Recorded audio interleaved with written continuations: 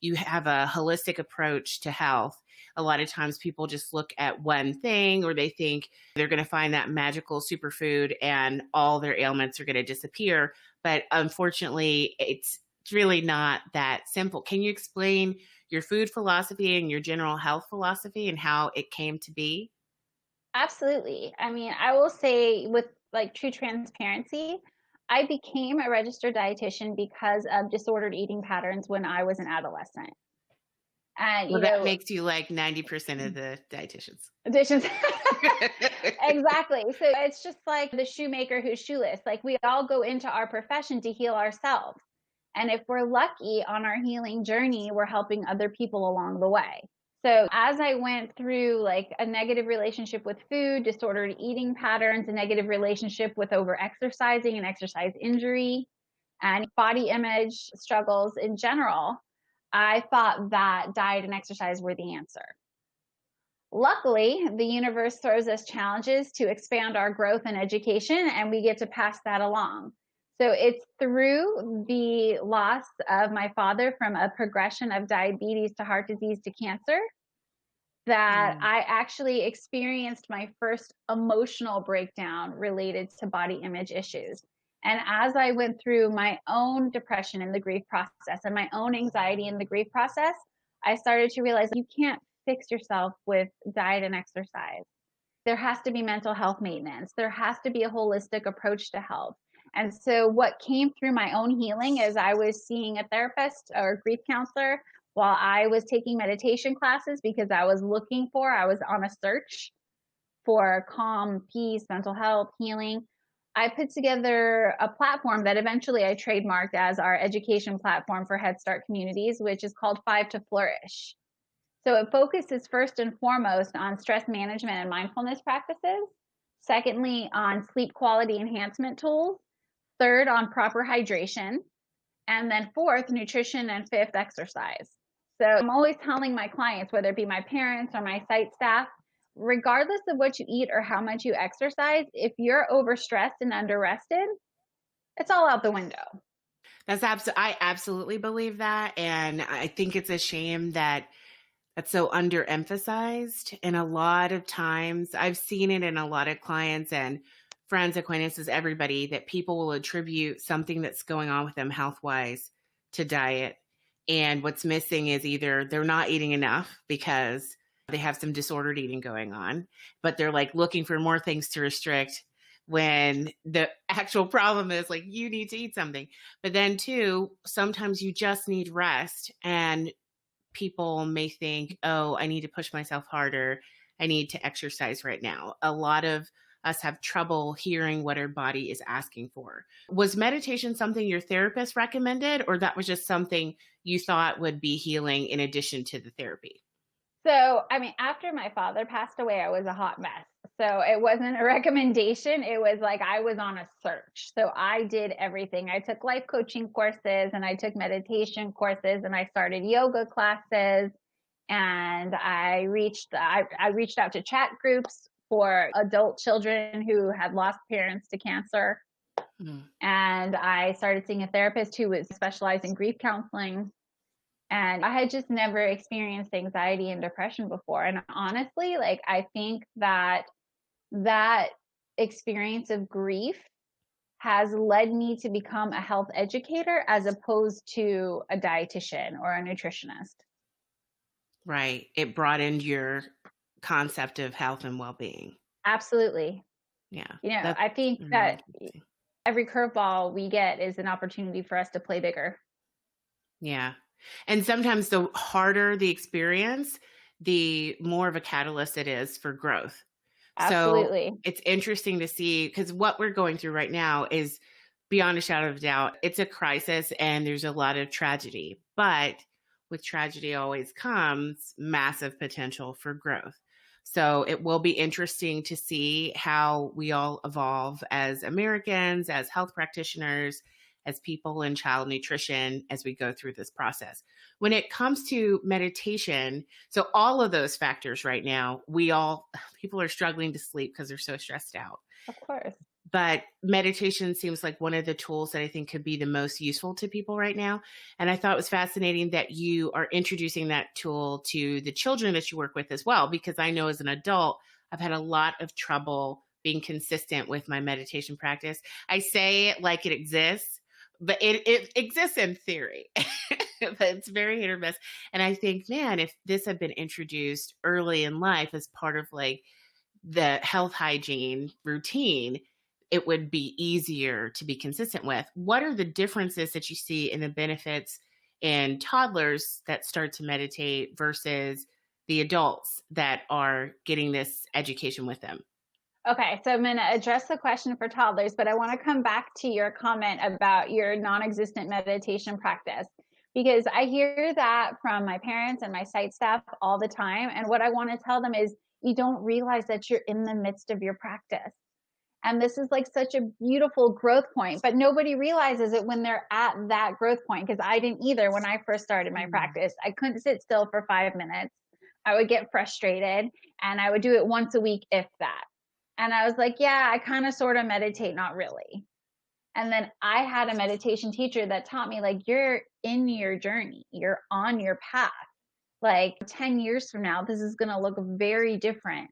And I hope that when somebody comes to you and say, this is how I'm starting and it's not enough, you'll remind them that it is enough. It's everything. Like just starting a practice is everything. Oh, So that's tremendous. Yeah. Thank you. No, I yeah, never thought about it that way. I'm like, I'm just failing at this. because not enough is a theme for us as humans. I don't know why that's plugged into the human psyche, but it's a pattern that we're trying to break. I know our generation is really trying to heal that message that we received from our parents and their parents and the parents before them. Never enough, not good enough, not enough. And it applies to everything. Not working hard enough, not being thin enough, not exercising enough, not making enough money, not having enough space in your apartment. We can plug that psyche into everything. And so what I do with my personal meditation practice, and it's different for everybody, is I often look for guided meditations each morning that are entitled, You Are Enough. And that gives me so much in every facet of my life. That's what I love to bring to the kids. Because imagine what it would have been like if we were growing up and we had meditation and mindfulness as part of our preschool education. Like the coping mechanisms we would have now as adults in the middle of this global pandemic. Because life and generations move in cycles. So the toddlers I'm teaching now, the likelihood that they're going to experience a natural disaster is pretty high. And we hope that they're going to have the coping mechanisms now that help them chill. And when I go into toddler classrooms, of course, I'm not asking them to be cross-legged or asking them to have any sort of proper posture or whatnot. I'm just trying to give them a chill experience. So what I do is I turn the lights off and I put them in one position in particular, which is called legs up the wall. And they love it because I take them from their seated position on their reading carpet and I drag them across the carpet up to the wall. So it's a little bit of fun interaction. And then I place them with their legs high and their body laying on the carpet. And what that does is it increases circulation. So before I start talking, they're already absorbing the environment and connecting to the fact that the lights are off. It's time for me to close my eyes or soften my gaze without me having to give those cues. It happens. And their legs are up, their blood is circulating more efficiently, and so their bodies feel relaxed. And you start to see them open their heart by like expanding their chest on the floor. And you start to see them bend their knees without cue. They're just getting their own body comfortable by listening to their internal cues, because I've set the space for stillness, because I shut the light, and because I got them to a position where their legs are above their heart. And that's really what it is. You take a toddler and you teach them for 2 to 5 minutes what it's like to create a quiet, dark, still space. And they know intuitively how to keep it going for themselves. So it's much easier for them than for adults. Oh, we're hot messes. I mean, if you're an adult born before 1980, like I am, like we grew up with parents who were raised by Depression era parents. So we were not raised with stillness. We were raised with fear, Yeah. financial fear, body image fear. I mean, the list goes on, but we're raised to worry, which is why we're seeing a huge surge of anxiety and depression and related medications in our generation. And I'm not excluded from that. It's interesting because I've been seeing all these memes and all these things on TikTok basically saying millennials have just been traumatized by one once in a lifetime event after another, from us being fairly young when 9/11 happened, and then the big recession, and now everybody's still got student loan debt, and it's just one thing after another.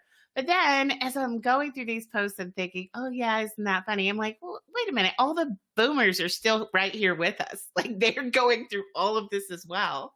And some of them, in addition to all of this, still have the grief of remembering like a ton of their friends not coming back from Vietnam.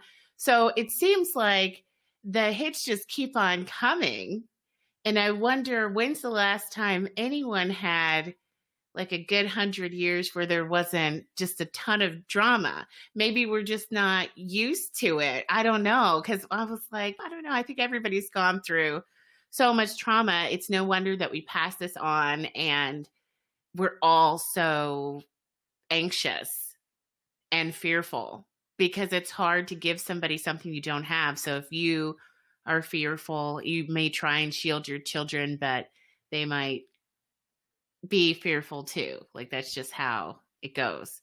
I mean, we're all going to experience love and fear and every emotion on the spectrum in between in our lifetime, regardless of how chill the universe becomes, hopefully more and more with time. But yeah, I think that we're here to learn the lessons. And when we learn to choose love over fear, when we learn to trust over distrust, trust that there will be enough, trust that there will be enough food, that there'll be enough money, that there'll be enough shelter, it creates more community and collaboration. There's a we in wellness. There's an I in illness. And I think that when we are very internally focused, and not to say as a negative, like when we go in, I'm saying when we're internally focused in fear, when we're thinking, I have to protect myself, it's not safe outside, like there's not a community mentality, which is so easy to fall into. I fell right into it as soon as COVID started. That we get disconnected and we're weaker. But when we start to connect, we're stronger. And I mean that in a metaphysical sense. Like, our immune system builds when we feel connection. A 20-second hug can decrease your blood pressure by 20 points. When we talk about connecting the metaphysical and the science with what we know intuitively to be true, that we're connective creatures, and it helps us physically and emotionally when we work together, whether it be on a podcast or on a Zoom meeting or over the phone, for whatever blessed technologies we have now that are getting us through this time where we can't be more than 6 feet, close together, then I think that we're going to come out of this stronger because we learned new ways to connect. That's a beautiful thought. If you are looking at ways to be of service and to take that focus off of yourself and your feelings of isolation, that really helps with feelings of connectedness too. That makes sense. We just have to be creative and look for ways to support each other. Yeah, I always say, like, hope comes from embracing your hot mess. I know some people have struggled with guilt over feeling like they're not suffering enough when other people are suffering. Oh, yeah. Survivor's guilt is real. Survivor's guilt is real. It's because we are so connected. It's hard to feel calm or happy or joyful when that people all around you are suffering. And there is a way for us to be of service without connecting to heavy energy. Like, we can sympathize without empathizing, and just put that energy when you feel like you want to help and you don't know how to help into your own personal gift. Like, my brother's a mortgage loan broker, and he's helping people refinance their homes right now in a time where it is so crucial to have that cash and that break in your monthly bills. Yeah. So it's like everybody has a talent. And right now, use whatever talent you have to make, life easier. for other people. That makes a Absolutely. lot of sense. And I see where you're definitely doing that with your own practice. So that makes sense that that's helping you manage. Yeah. Like, yeah, when we first found out that we were going to have to pivot to remote programming, of course, I put together all the materials and we were going to first and foremost roll out with restorative yoga classes and cooking classes and have this entire virtual platform. And we're ready for that. We've set it up. But really, what we've been doing over the last 2 months is having one on one sessions with our staff. And the questions we ask first are, how are you feeling? How are you sleeping? Like, what's happening with your daily lifestyle habits and behaviors? And everybody's feeling really heavy.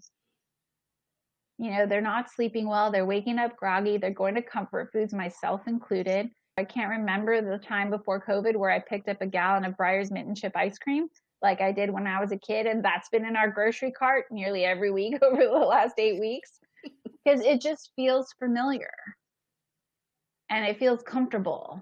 And we forget that our senses connect us to a time, typically in childhood, that felt safe. Right. And so when we taste with our tongue or we smell with our nose or we touch with our hand, those heightened senses connect us to memory. I keep telling people dietitians are not the food police. We're not here to tell you, oh, this is a time where you really should be stringent about the food that you intake because you have to boost your immune system.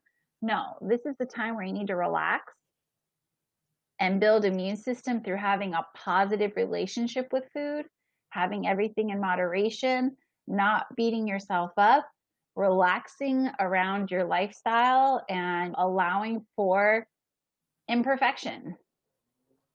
Absolutely. And then knowing too that we don't know what's coming next. So trying to stay present and enjoy what is happening right now as much as possible instead of worrying about the ice cream that you ate. That's the human condition. There's just so much that goes into how we process everything. You can't just isolate the thoughts and filter out all the previous foolishness. So all the baggage that we have with food comes with us into the crisis, and all the issues we have with stress management comes with us. And it really is a lot, but if we can be self-aware enough to kind of catch ourselves making it even harder to get through the day, then that's really helpful. I think we're raised by generations who think that negative motivation is motivation, Mm, that the beat up, that the beat down that we give ourselves is what will motivate us to make positive behavior changes. And it never works. Negative motivation is not sustainable. That's why diets don't work. We usually go to diets when we're feeling desperate, instead of just putting on the thinking cap of like, okay, I could cut back on this and increase this. We're like, oh, I got to do keto, or I've got to do Atkins, or I've got to do Barry's boot camp. And I've never exercised before, or I'm going to do Orange Theory. It burns 800 calories a session and I haven't worked out in 6 months. And these are where I see injuries and illnesses. Myself, when I was younger, and now with my clients, like I see my clients find themselves in what feels like a desperate situation because they've gained 20, 30, 40, 60, 70 pounds, and they want to take drastic measures. And it's really drastic thinking that gets us into those situations. I always remind myself that our relationship with our plate is very similar to our relationship with ourselves. So are we all or nothing? Are we feast or famine? Because that's what gets us into trouble. Like, or do we allow for a little bit of everything? Do we allow for shades of gray? Like, do we right. eat ice cream with a smile without guilt? Well, how do you communicate that to somebody who feels like this is an emergency? So that person who wakes up and realizes nothing fits. I've gained 100 pounds. I need to starve myself. How do you help somebody whose head is in that space relax and realize it isn't an emergency and you can gently pursue healthful habits without focusing on your weight? Because it took a long time to get there. And honestly, based on what we've seen with diets, we can't ever guarantee you what's going to happen once you change your habits. We don't know if your weight will go down or if you'll maintain. There's no surefire way. What do you say to somebody like that? The first thing I say, honestly, is I've been there. Like, whether you're 4 pounds up or 44 pounds up, everyone knows what it feels like to feel heavy in your skin. And especially with female clients, it's been so ingrained in us that beauty fits a certain mold, and it's a size X to X. It's not a plus size. It's not a larger size. Beauty doesn't look like this. So it's like when I talk to a lot of my female clients who are like, this is an emergency, everyone knows what it's like to feel that way, but it's not the reality. Like, especially with my clients are not sick. I work with so many high body weight clients that are very healthy. They have Right. low blood pressure, they have low cholesterol, they have low blood sugar. They're healthy, thankfully. They're just carrying extra weight. And But they're so experiencing stress and anxiety around it. exactly, because we as a society have an image of what healthy should look like. We don't distinguish between skinny and healthy. And that's what creates so much negative body image and our negative relationship with food. And so what I tell my clients is, yes, like, I don't know what it's like to gain 140 pounds, but I know what it's like to gain 40 pounds because I suffered through 2 miscarriages. And in the wake of those losses, I was very depressed. I was in a very heavy time in my life. I gained 20 pounds with each miscarriage. And while you feel that your body's an emergency, what really needs to heal is your head and your heart. Hmm. And when we're emotionally light, we become physically light. And I don't, in my experience in 15 years as a health educator, see it happen in reverse. We all want to start with the physical. So, okay, once I lose the weight, or once I get a 6-pack, or once my triceps are cut and you can see the definition, then I'll be happy. It doesn't work. I've never seen it. I've never seen someone make a physical transition and then, like clockwork, the emotional and mental transition happens as well. If you're fortunate, you're working simultaneously on your physical health and your mental health. So you're developing positive self-talk while you're developing healthy behaviors like lots of fruits and vegetables and regular physical activity, no restriction, a lot of variation and moderation. Then you're really in great shape. But I always recommend therapy to my clients. Sometimes Yes. I tell them you'll be better served with a psychologist than you will with the nutritionist. Because as soon as you learn to be kind to yourself, like, engaging in healthy behaviors is going to become easier. You're going to see eating an apple as a kindness, not as a necessity. That's really profound. And I bet people hate to hear that. Oh, they hate it. Oh, they don't want their nutritionist to Yeah. cross over into mental health. They want me Gotcha. as their dietitian and personal trainer and yoga instructor to tell them how to burn the most calories in the least amount of time and lose the maximum amount of weight. And so it's like, what I'm telling them is like, yeah, you can quick fix yourself for your high school reunion or for your cousin's wedding, but the rebound weight gain is so frequent, and that variation is so hard on the body, it actually slows metabolic rate. And of course, it's emotionally depressing and mentally defeating, that you're much better off to just take a step tomorrow. So when you're in that emergency state where you're feeling desperate and like things need to change, one behavior change tomorrow will make you feel better, and write it down. I woke up this morning and I went for a 10-minute walk and had a tall glass of water before I started my day. Boom. You're already on your journey. You walked for 10 minutes, you had a tall glass of water, boom. You've just hit nutrition and hydration and exercise all in one shot. I love that.